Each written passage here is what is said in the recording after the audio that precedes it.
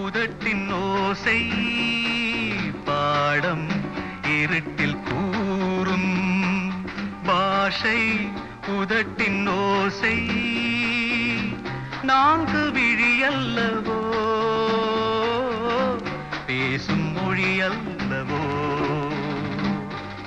என்னோடு என்னென்னவோ ரகசியம் உன்னோடு சொல்ல வேண்டும் அவசியம் சொல்லத்தான்